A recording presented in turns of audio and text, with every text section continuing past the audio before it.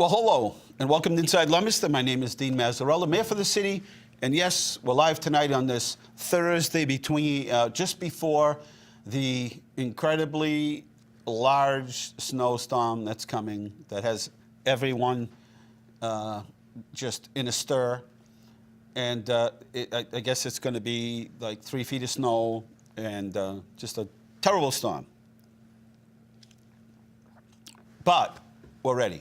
And the good part is that there's no snow on the ground now, which means if you get a foot, it's not too big of a deal. If you get a foot on the weekend, not too bad of a deal, right? And Martin Luther King Day's on Monday. So if we had to get a storm, we're better off to get a storm when there's no snow on the ground, and it's on a weekend. I couldn't agree with you more. Nothing we can do about it. Nope. Watch it fall. Let the kids have fun. Right. I don't have to listen to those commercials about Mount Wachusett anymore. What? Choose it. Oh, God. Well, you know what? We're creatures of habit. If we don't see snow in the front of our houses. That's right. That's why the commercials, they were showing the date they were taking on the snow. But they'll be happy now. They'd be thrilled. Yeah, we're gonna have some fun. We got everything done. We didn't panic. We did our normal groceries on Monday. Nobody there. You know, if it's the right kind of storm, it's actually better than, say, an ice storm that sort of lingers on for 2 days, and you're constantly sanding and salting, and it never seems to end, and they just linger on, and then it gets cold, and then it melts a little bit, and then it freezes, and then you're just still married to it. And so hopefully it's just a light, puffy snow, or just a little bit wet so it packs, so when you plow it, it sits there. And we'll all survive, and we're ready, and the DPW's ready, and all emergency management will have a meeting tomorrow at 9. But that's pretty much a refresher. That's all. The last weather I saw was we're going to get mostly snow, which is I prefer that over rain and sleet during the mix because, like you said, it just makes a mess, and then everybody gets on the plow guys like it's their fault. So we're good. Good. It's a different world when it snows. It's a different world. Yeah, that just makes a different world worse. You know what? I mean, it's a city, and people have to go to work, and people work west of here and south of here, and so people need to hit the highways to get to work, and people, the manufacturers got to continue to, and factories need to be open, and workplaces, and the hospital, and the medical facility. So it's really incumbent upon us, really, that we get the roads clean and get them down to the blacktop and get them treated. No question about it. So it's a big responsibility, but we're experienced and we're ready, and you can count on us. Yes, and a shout-out goes to the nurses at Leominster Hospital. My God, when the nurses start getting assaulted, we're hell in a handbasket.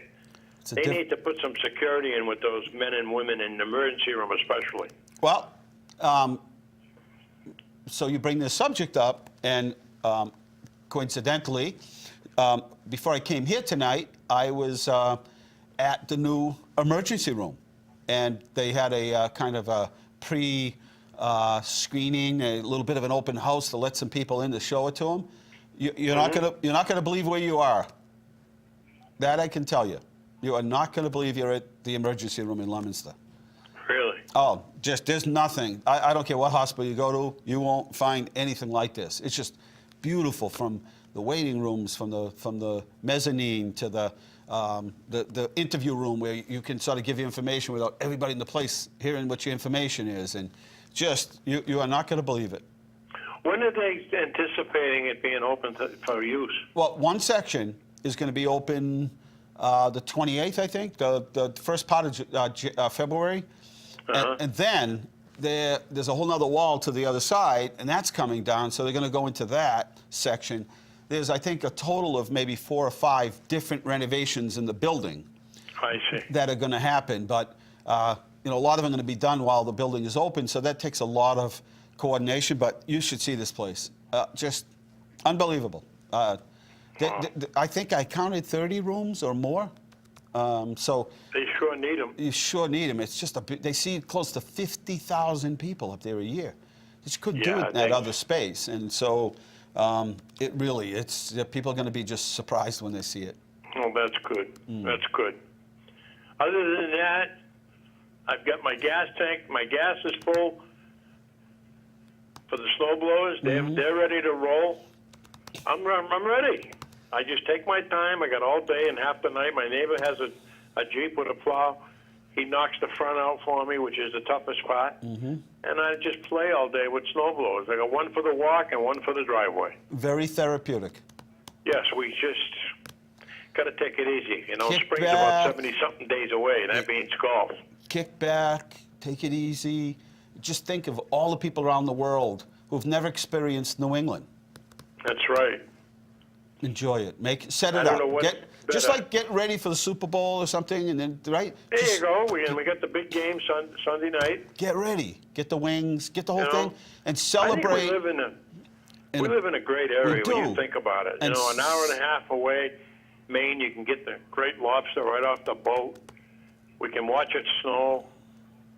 We got a great mare. Thank you. It doesn't get any better than this. Well, So, having said that, my friend, stay warm. that's the plan. and Everywhere. Good luck. I I know even- they'll call all the right shots for sanding and salting and plowing. I even wear a jacket tonight. There you go. It's my New Year's resolution. You know, I didn't hear anybody's New Year's resolution this year. Mine is to wear a jacket when it's cold and even gloves. So, Well, mine was to. I started looking around and I said, "What are you doing with all these golf clubs?" You know, every time I get a new pair, I use the excuse it's going to help me. Well, it doesn't. So I'm going to pick out my favorite 12 or 13 of them, and then I'm going to put them out for yard sale material. See what happens. there you go. That's all I got, buddy. As they say in golf, 4. 10-4. You take care. Over and out. Bye bye. You're watching Inside Leominster. My name is Dean Mazzarella, Mayor for the city, and we're, yes, in full storm mode. We'll be posting tomorrow the times and dates for the parking ban, but it's safe to say Saturday night, beginning Saturday night, until the storm ends, don't park on city streets unless you're stopping to go to a variety store or a takeout restaurant. Do not. So tell your friends, be a friend, and tell them. And there'll always be somebody, I don't know how, we have it on signs, we have it everywhere. We'll put it out on Code Red, we put it out on social media, it'll be everywhere, here on cable. And somebody will inevitably come into City Hall and say, my car got towed. We don't want to tow your car. We don't want the money from your tickets. We're not here to give the tow truck guys any business. We really just need to plow the streets and do them right the first time. It's very expensive to come back and do it again. And, you know, we have 100 pieces of equipment out there, and so it's really critical and important. So make your plans for the weekend, enjoy it. Sort of, everybody needs that. It's sort of like the old days of the blue laws, when stores were closed on Sundays. Think about what people did when the stores were closed on Sunday. There you go. There's the answer. Taking a short break here, and full crew in the studio back there at Inside Leominster, and we're taking a break, and we're coming back to talk to Sandy Long, because it won't be long, Sandy, before Relay for Life is here, June 7th this year. We're going to talk a little bit about that, and we'll be right back.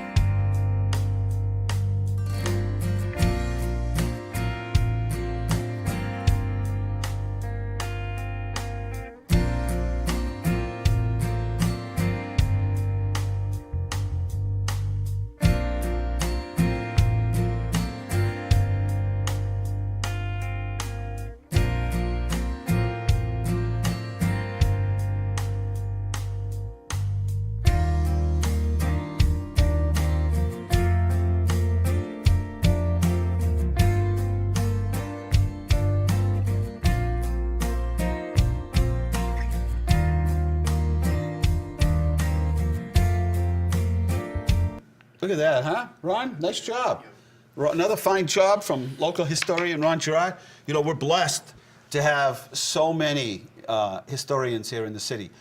And each of them brings something different to the table, a different knowledge of a different sort of piece of the city and a different sector of industry and just history. And it's so nice to see those great minds sort of combine, do such wonderful things. So Ron, I love to see those. And I remember outside the police station, Leominster had that time in our life where everything had a parking meter on it. And over where the parking garage now is, that was all parking meters all along almost every street downtown, Pleasant Street, everywhere, as far as they could go, because parking was an issue at the time. We didn't have the parking garage. There weren't a whole lot of parking areas downtown, and it was a fight for places to park. And as the motor vehicle became more and more prevalent and important, and here we are today, but I remember that. Anyway, Sandy Long is here. Right before the storm. Right Imagine before that. the storm, yeah. Well, we have to start reminding people early because people do fundraising and companies start thinking about how, what charities can we help. Exactly. And you got the Real A for Life coming. This year it's June 7th. Mm-hmm. It's on a Friday night, as it always is. And I will be there, as I always am, You better at Mount be. Wachusett Community College. I don't think I've missed one in 20-something years. Come late sometimes, but you I've haven't had missed to. it. I've had to. But no matter what, if it's been raining, it's really a significant event, and to see all the hard work that people do to put this on, to organize it, and it's year round. It doesn't stop, doesn't take a break, and then to see the survivors walk and everything is that's why I go. Absolutely incredible to And see that's why I that go. survivor walk. And that's why I go. And so, anyway, tell us what's happening. Give us an update on sort of a catch up from last year, a little bit of a snapshot from last year. And Last year we ended up with a little over $400,000 for cancer. That's a lot of money. We have 91 grants here in Massachusetts that the doctors and hospitals that have been granted money to do cancer research. And one of the things that they've been working with, the HPV virus, can target 6 different cancers, not just the cervical cancer, and That's but amazing. also throat cancer. And because early diagnosis is the key here. that's the main thing, and that's why getting your testing and things done, it's so important to do that. And the money that we raise helps people, get their tests done and things like that. The first team meeting, I want to make sure that everybody knows that the first team meeting this year is a team fair at Monty Tech in the auditorium, and it's January 23rd with a snow date of January 24th. The snow dates. We can get there, believe me. The first thing we get, our phone number at City Hall is very close to the phone number at the mall. Oh. So we get the calls. Is it going to be school today? Is it going to be school tomorrow? The next one is, are you going to be open tomorrow? Because they think we're the mall. Yes, believe me, when people want to get somewhere, they manage to get there. They definitely When they can. don't want to go somewhere, we'll start getting calls from like businesses, and they'll say, can you declare it a state of emergency so we don't have to go to work? I'm like, what?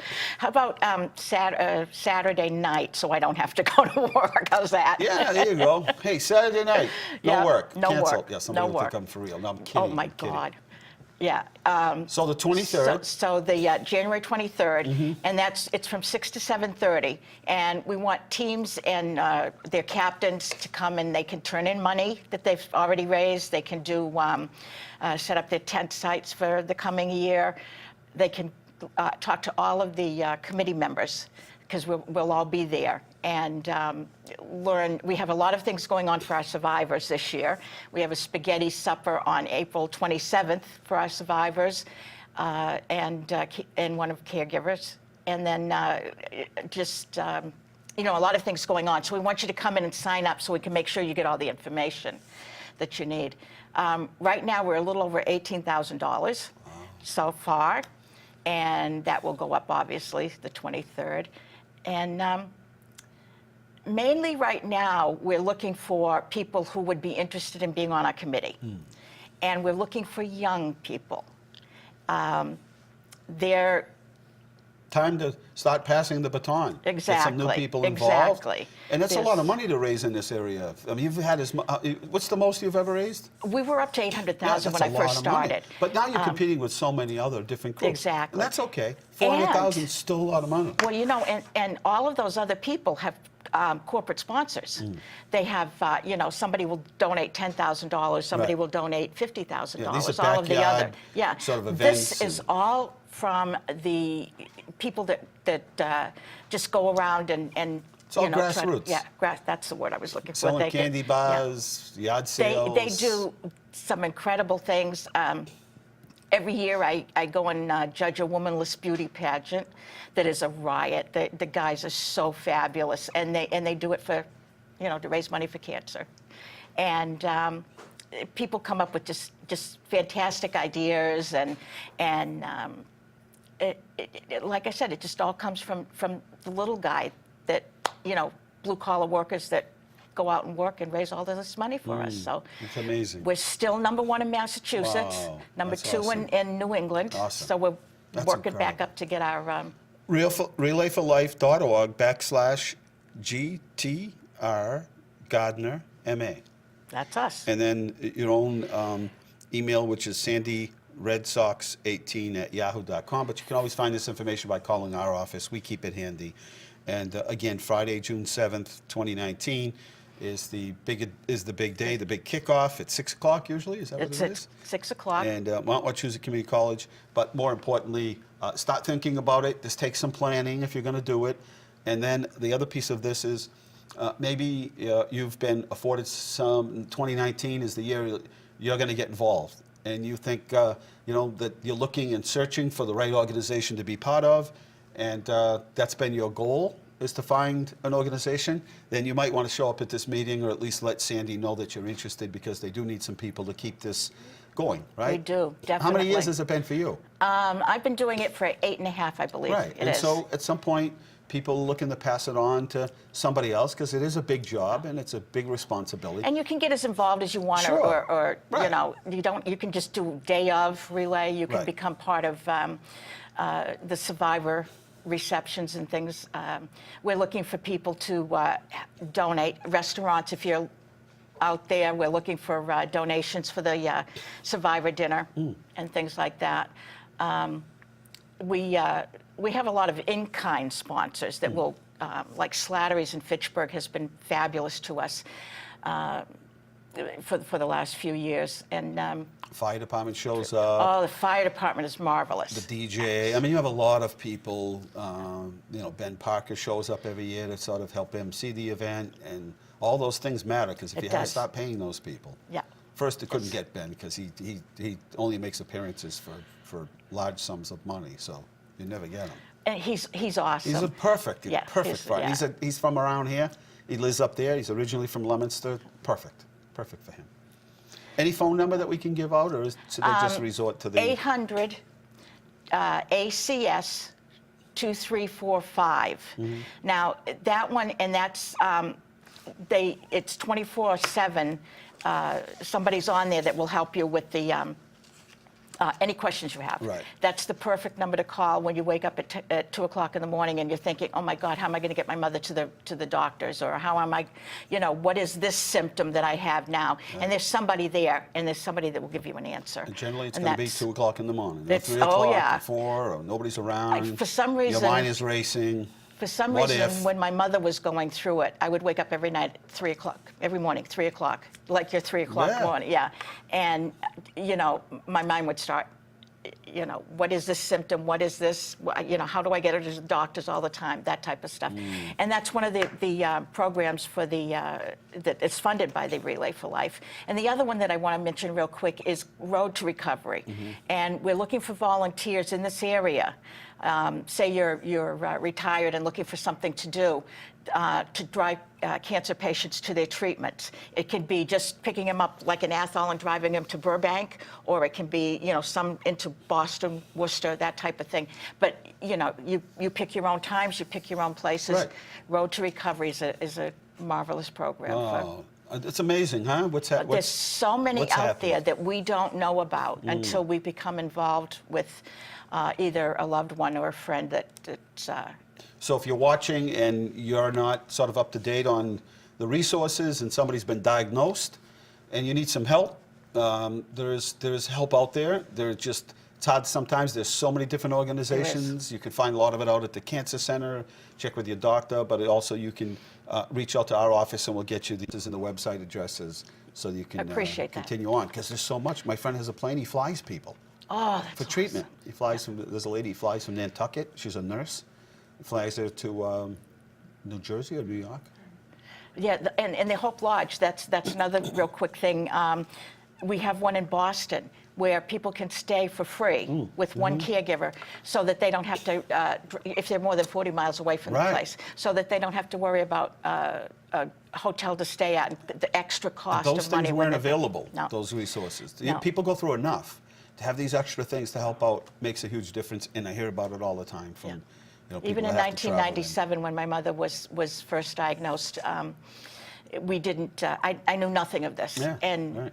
You're on one your of own the reasons why to go searching on your own to find all these things. and that was one of the reasons I got so involved. And that's why it's making such a big difference. Sandy Long, Relay for Life, coming up Friday, June 7th, and we're in the year 2019. Can you believe it? 2019. I wonder when people are going to have like big parties for 2020.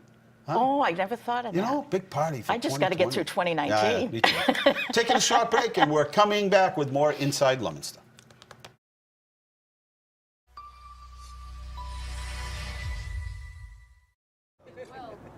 All right, ready? 3, 2, 1. Hey! Okay. Then we have a little citation for you. Congratulations on your grand opening, and the best to you, and good success, and have a good tax season, and I hope you get a lot of money back. Oh, yes.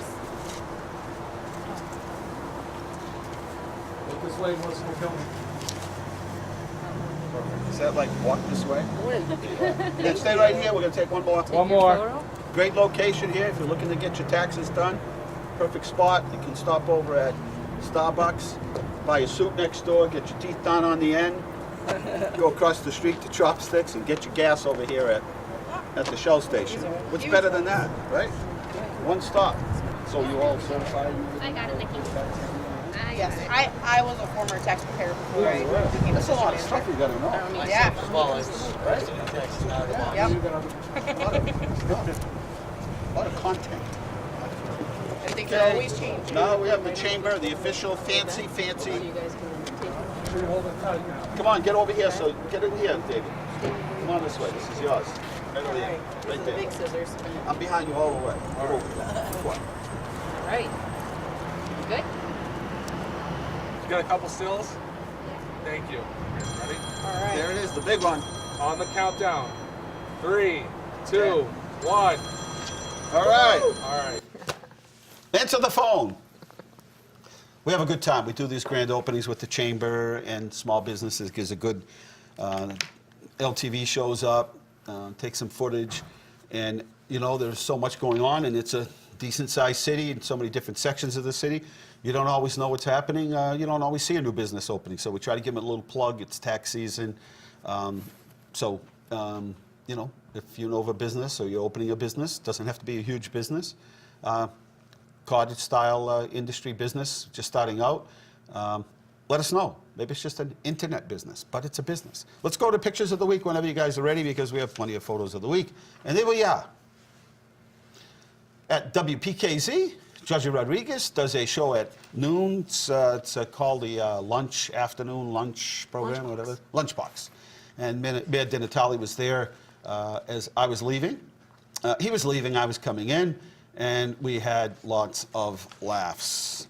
Next slide, please. This is the Mass Phoenix semi-pro football. They had a great season last year. It's their QB from last year, Christian on the right-hand side, and had an excellent season. These guys, I'll tell you, it's quite a thing they've put together, and they're very competitive, and going to be even more competitive. And 85% of the players are from this area, which is really neat. So there's a little citation, a picture of the team that they presented us, Pat LaPointe on the left. So we thank them for their efforts, and you know, for guys or gals have a passion for continue on with their football after college or in between college seasons and high school, perfect opportunity.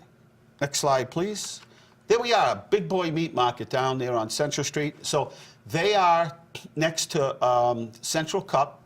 They are next to the Venient Mart down there in the same complex as, what else is down there? Cutie Patooties, Gaz Bar, Athens. They're all down in that strip mall there, down in that little plaza, Johnny Appleseed Plaza. I got to hand it. This kid in the middle is 29 years old. He's got another store in Worcester. You should see. I can't explain. Do we have pictures of the inside with us today? No? Let me see. Hang on. No. But what I will tell you is he did a fabulous job. He did all the work himself. Tile, it's very clean. I mean, it's like a supermarket in there. And a lot of the products are ethnic, centered around Brazilian, but they have plenty of other products as well. And even the ethnic products, you got to try it. I mean, some of these things are unbelievable. And then he has a meat shop in there, and they have marinated meats. You just take them home, throw them on the grill, or throw them in the oven. So anyway, what a fabulous job he did down there. I mean, it's just quite a thing. And 29 years old, he's on his second store. Definitely one of the entrepreneurs of the year. Next slide, please. Wendy Weeks is with us, and grant writer and administrator for the city. And so we're going to be talking tonight on some of the things that are happening. Photos of the week, safe routes to schools. Explain that, Wendy. So we've been waiting a long time to take advantage of this program. It's complicated. You have to work your way through the system. So we're going to be combining it with our Complete Streets program, and we're going to concentrate around Francis Drake School. That grant, if we get it, will get us $210,000 to replace the sidewalk all the way from Mechanic Street to 117 on Viscoid. That's huge. Yep. And one of the things about Francis Drake at Northwest, when the sidewalk's in, it was remarkable how many kids started walking to school and how many people in general walked the route. And so now you watch, and a lot of kids from Francis Drake walk to school. So this is important to be able to apply for this grant. So Wendy always writes a nice grant, so that puts us up into 80% chance of getting it. Yeah. And now it's just a fingers crossed, right? That's right. Next and slide, a lot of kids please. walk to the pool. To the pool, plus they have the community center at Crosman Ave. Yep. There we are, we're ready. Wendy went down and took this picture today. There's all the equipment, they're ready to go. No messing around. You look at the next slide, there's our sidewalk tractors. Again, we're ready. Next slide is all our loaders, backhoes. It's all of our own equipment, and then here it comes. There it is, the salt shed. And so there we are as ready can be. And it's important to note, if you do not know where you're new in town, you do not know where the city barn is, as we call it, at the Public Works Department down on Graham Street. As you're heading down from town and you're going to Hannaford, you see the railroad bridge, take a right, and there's a pile of sand right to the left where you can take a bucket, a 5-gallon bucket of sand to use at your home. Now, if you have a 12-family house, you have a parking lot to do, then that's not the right place to go. And it's a mixture of sand and salt, and it's free. So stop down and grab it. Next slide, there they are.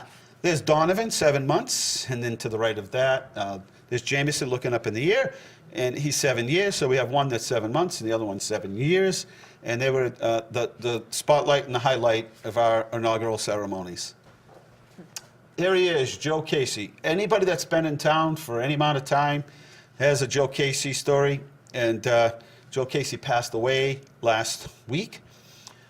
He is going to have a wake on Saturday, and then a funeral to follow. The funeral is at St. Leo's at 12 o'clock.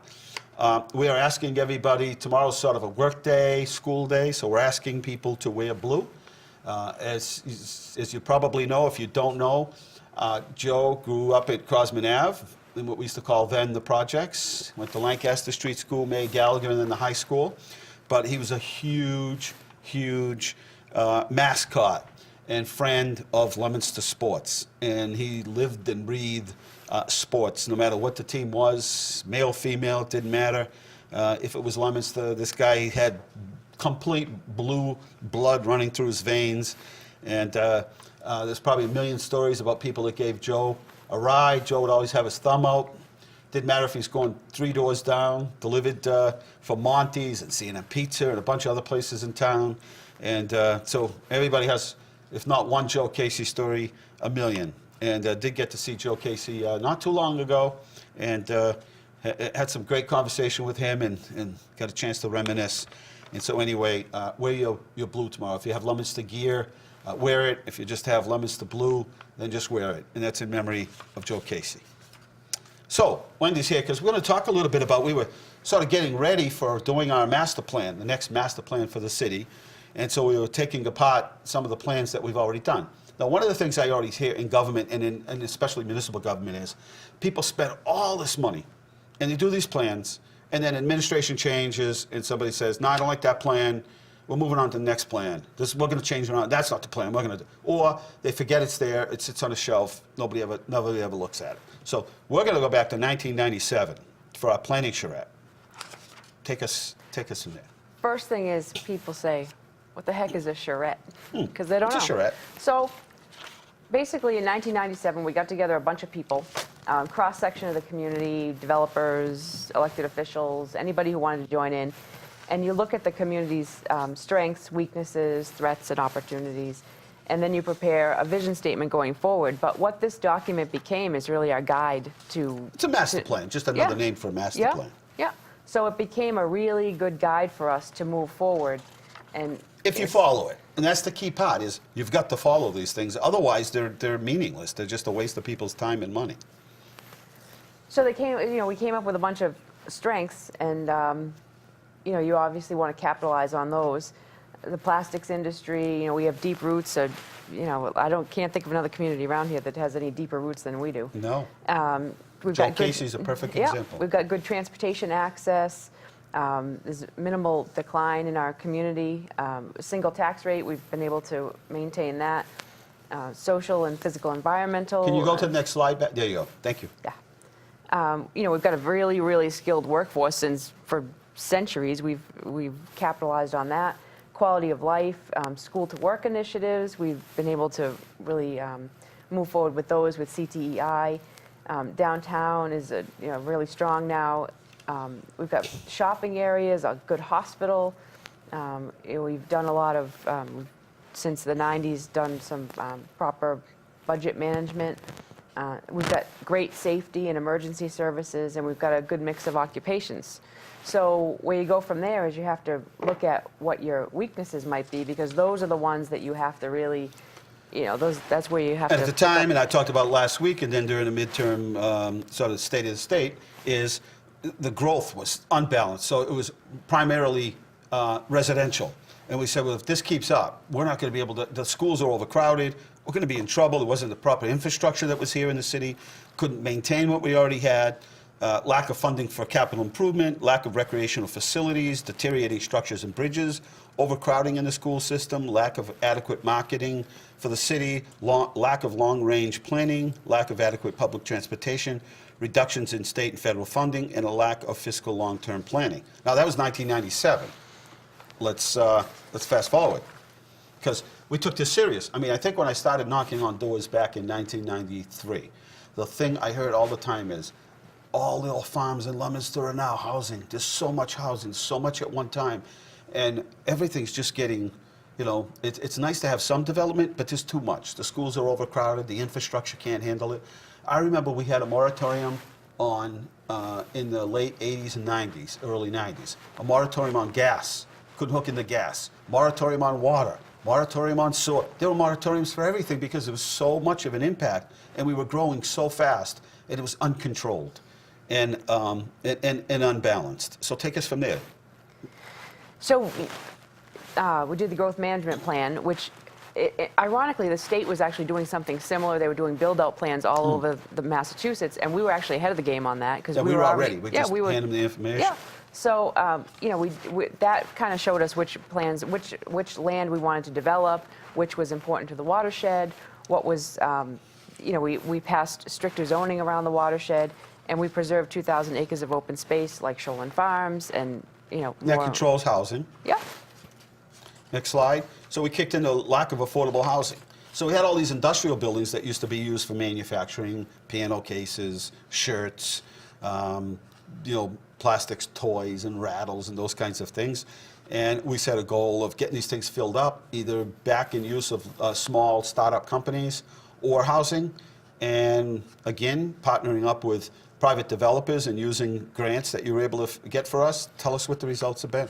So I think one of the critical things is that we can't get any of these grants without planning and without having a. Right. Being It able shows to, right through if you don't have a good plan. Yeah. They're like, they just submitted something. This is not realistic. Yeah, but like the downtown grant we just got and for infrastructure and the Adams Street properties, they knew that we had the infrastructure needs around those properties and we had the private sector match. Right. This is a home run. Yeah, like $11 million total in private sector match for this. I've seen a lot of communities submit grants and everything, but it's all artificial. There's no real private money that's going to be kicked in. It's just a, we will build it. Let us build it, and don't worry. Oh no, we're sure of this. Give us the money. We're sure that people are going to come. Yeah. In this case here, we had the partnerships with a number of different private entities, and they came. At 142 Water Street, 98 Adams, and 140 Adams were buildings that we thought would never, we thought they'd burn before, and they really stepped up to the plate. And so we got almost 150 units of housing out of that. Ronnie's a recipient of that, right, Ronnie? Yeah. You have a beautiful place. Place is really phenomenal. Again, I was in a community near Boston, and it's a growing, hip place where everybody wants to live. And I was part of a labor process, and the statistic came out that the infrastructure system was the equivalent to back in 1942 to 1947. And I'm thinking, what? You mean you haven't invested any money? And they're like, well, small, here and there stuff. And they can't take any more development unless they fix this. So now they're spending tens of millions of dollars. So tell us what we've been doing. So I think people, the infrastructure part of this isn't really sexy to talk about. You know nobody what sees but, it really. But when you talk to people, that's not something that comes up. But it will if we don't continue to fix it, like other communities that you were just talking about, it's going to hit them because we're going to have to make up for all that lost time. Right. New businesses won't be able to locate in the city Yep. because they won't be able to hook in. Expansions, they won't be able to expand their business. And it's so much more expensive that if you just delay it and defer it and kick the can down the road, then there are a couple of communities around us that are just, so say our I&I infiltration, that's the water that's clean, that people were using sump pumps to pump into the sewer system. Well, that goes to the sewer plant, which we have to clean. Well, that doesn't have to go there. That can go into the storm water system, which directly goes into the rivers and the ponds, ultimately to the river. And there's no need to treat that. That's a big expense to clean. Well, we're done. Other communities, as across the state, in fact, I'd say 90% of the communities in the state just started. Yeah. We're done.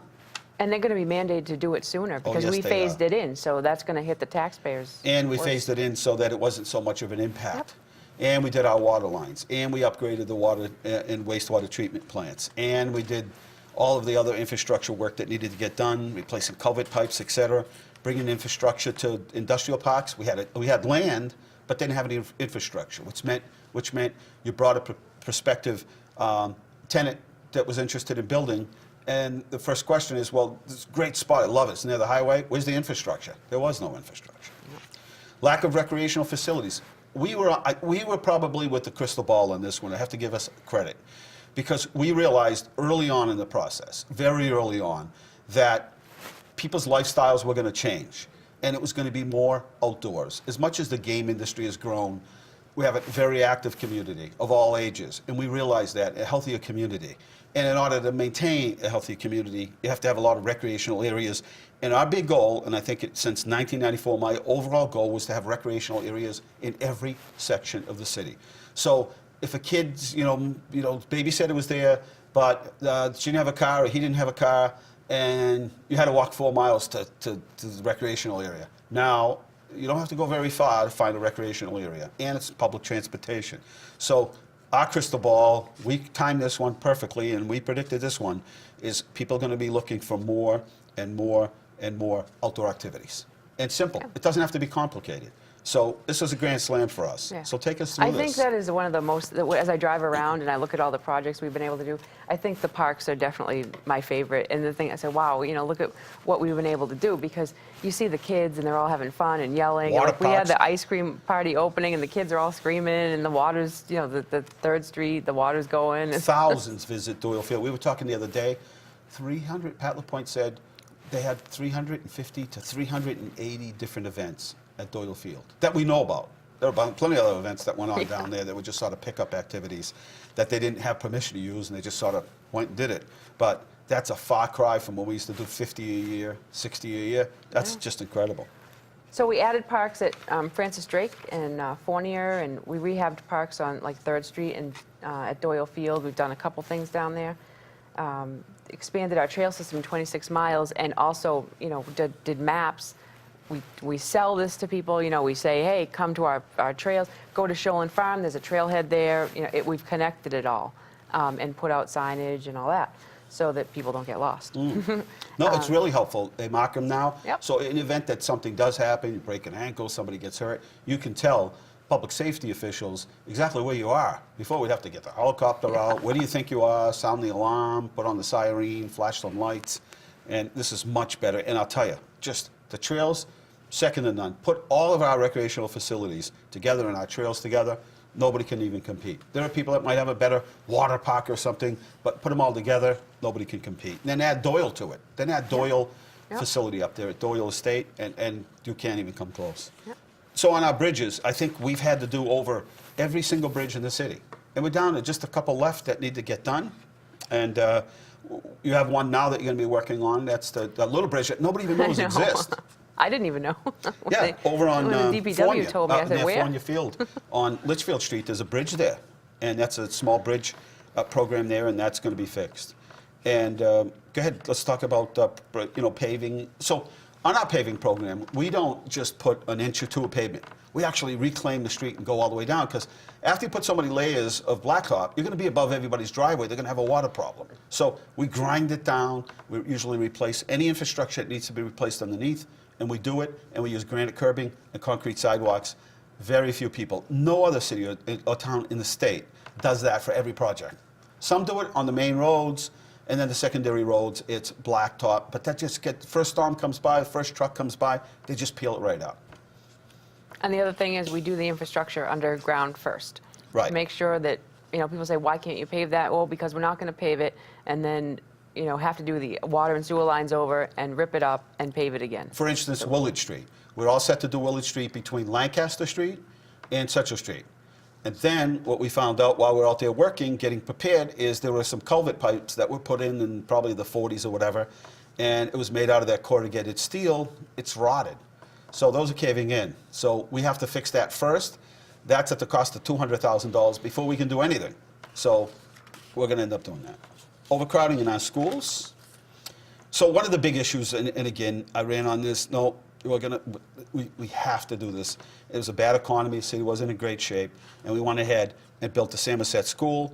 And I'll tell you, if there's anything that we did, again, predicting timing, call it what you want, coincidence, doing the schools when we did them at the cost that we did them. And so today, I'm going to venture out to say, based on the other estimates that I've seen come in for other schools, Samoset would cost today probably $80 million. Skyview would probably be close to $100 million. And renovations and expansion to the high school, over $100 million. What did I say, 100,000? $100 million at Skyview to do that project again. And just incredible. And, not to mention all the work that we did on the roofs, replacing roofs. Boilers, windows, rugs, carpet, and still more to come. Still more to come. But we're in a better position now to be able to do those other projects. The other ones, how much for a roof? I mean, we got help from the state, but that's still, we got to come up with our money. We still have to get the grant. Millions to replace a roof today. The roof and window combination was like $3.2 million. Just for that one job. Yeah. It's incredible. Plus, we did energy efficiency upgrades to a lot of the schools. Went through all the schools. Our people work with the school department. We pushed that. That was on our agenda. Marketing. I mean, we've gone through like 3 different campaigns for marketing, and one of them was Ready for You. And here's the campaign on that. We did signage and Website, we've gone through 3 different versions of websites and Facebook pages and everything you can ever imagine. And let's kick into long-range planning now. That was the plastics. In the 1990s, we developed a plan for everything. School needs study, open space, fix it first, capital improvements, state of the plastics industry, SOAR, weight, rate, water studies. And then we really, I mean, one of the things during new mayor orientation, they asked me to go every year. And so obviously new mayors are like, okay, same as I was. Okay, I got elected. Now I got to do the job. And so I didn't get a chance to go to new mayor's orientation because there weren't mayors to kind of help us along. They hadn't set up that program. Now it's like a mentor program.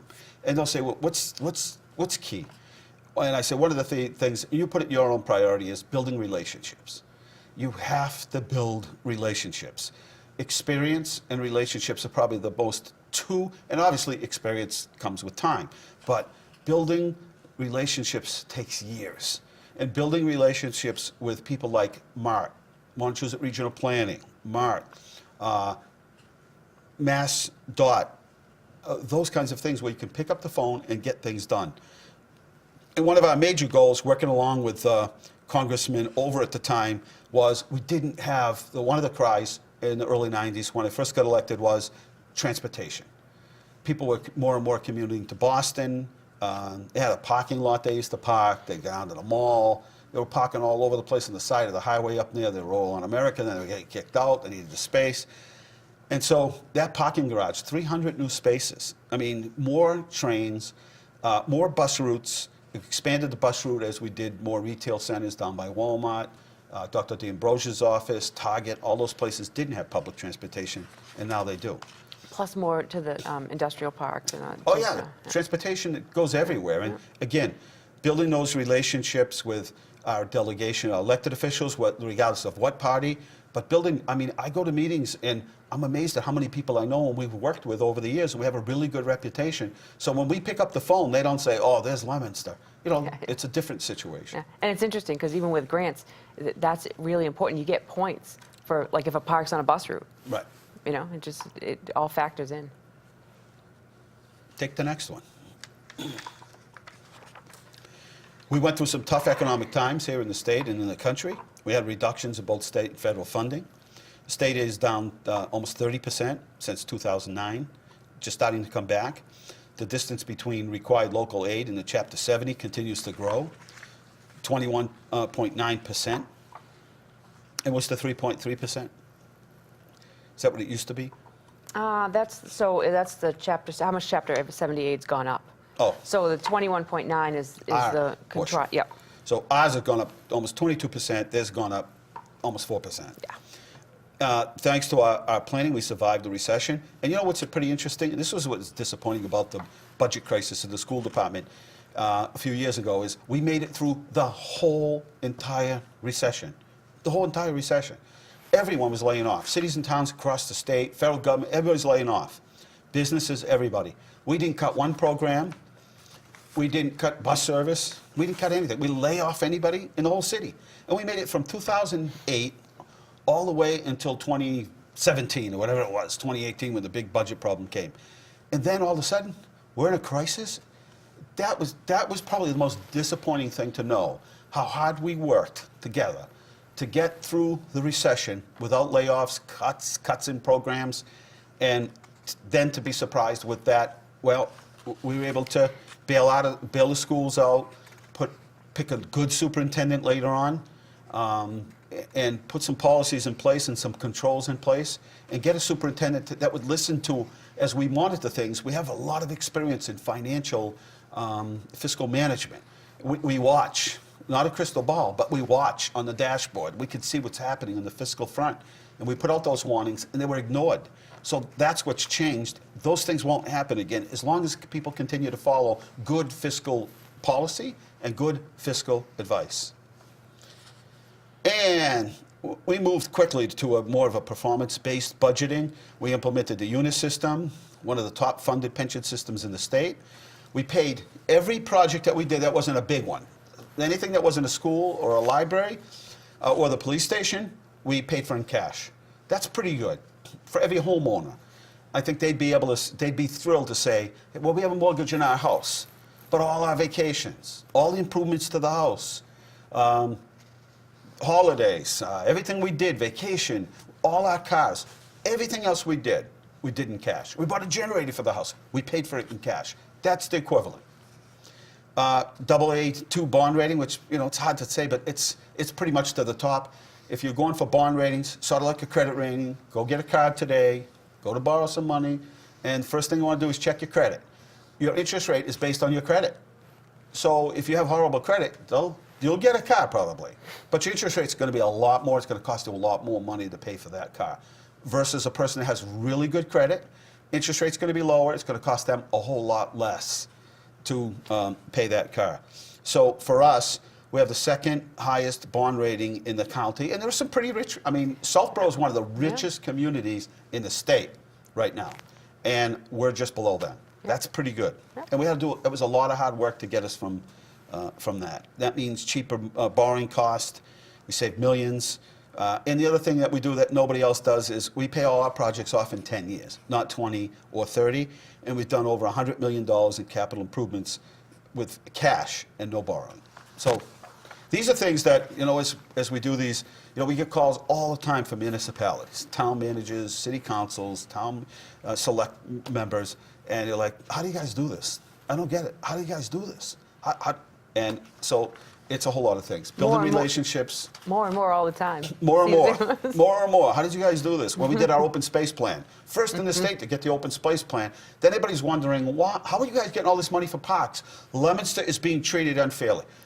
We're being treated fairly. Leominster's getting everything. The mayor's got an in with so-and-so. No, we submitted it. We did a lot of hard work, did most of it on our own, submitted it. In order to get grants, you have to have an open space plan. Then everyone started to hire people to do the open space plan. We did it in-house. They hired people because they were like, well, we're not going to get any grants. All the money's going to Leominster. We got to get moving. So you're right. More and more people are like, well, I don't understand how you do this. And you know what? You just stick to good policy and good principles. And if you kick the can down the road, all you're doing is kicking it down to somebody else. And I heard so many times from people that said, Mayor, why are you making these fiscal decisions? If you don't get elected, then what? Then you're not around to see these things happen. If somebody else comes in, reverts right back to, bad fiscal policies, it'll take no time at all. It'll take 2 or 3 years. We'll be in bad financial shape again. It's all it takes. And I said, well, because if you don't do this, you're being irresponsible, especially when you know the consequences of not paying off the pension plan, by not saving, by not putting money aside. If you think about it, we were just talking this the other day.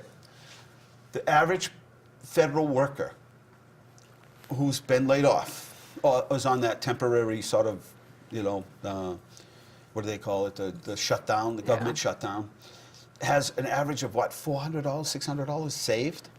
Yeah, they said 40% of federal workers don't have $400 in their savings account. So all that means, think if you run a city. At one point, the excise tax was down and real estate taxes by 5%. Was it 5% or 9%? I think it was 5%. And that was some years ago. If your budget's $100 million, that's $5 million. Where do you find $5 million? Now, eventually you get it back. Could take 10 years or whatever. The economy gets better, you get it back. Or maybe you don't. But if you don't have a stabilization account, you have to start cutting. And that's exactly what's happened here. Yep. A number of times, that's why we had layoffs. And I blame nobody because that was the fiscal policies everywhere. That wasn't just Leominster. That's how people did. Once we learned from these mistakes, then accounting firms, it was more accountable. You couldn't kick the can down the road. There's consequences for that. And I think the public is learning more and more what those are. So, I won't read this last sort of slide, but let's talk a little bit about sort of the future, which is the fact that we're going to start on another master plan. And we'll be looking for everyone's input, no matter who you are, where you live, what section of town, if you work here, if you own a business, if you visit, whatever input we can get. And we're going to be asking, so what are the sort of things? Are we doing the things that we're doing? Do you want us to continue to invest in open space?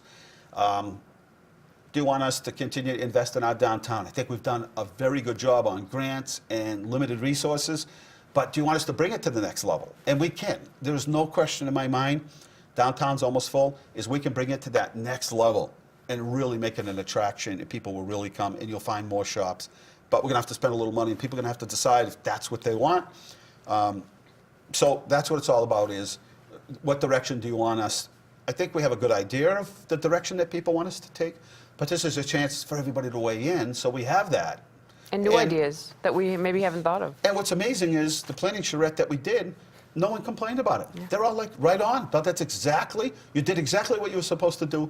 And some things we sort of, put ourselves out on the limb here and invested heavily in, like open space and recreational things and trails. And boy, were we right. I mean, we hit, this is, the World Series, Stanley Cup, and this is, everything, the NFL, Super Bowl, everything.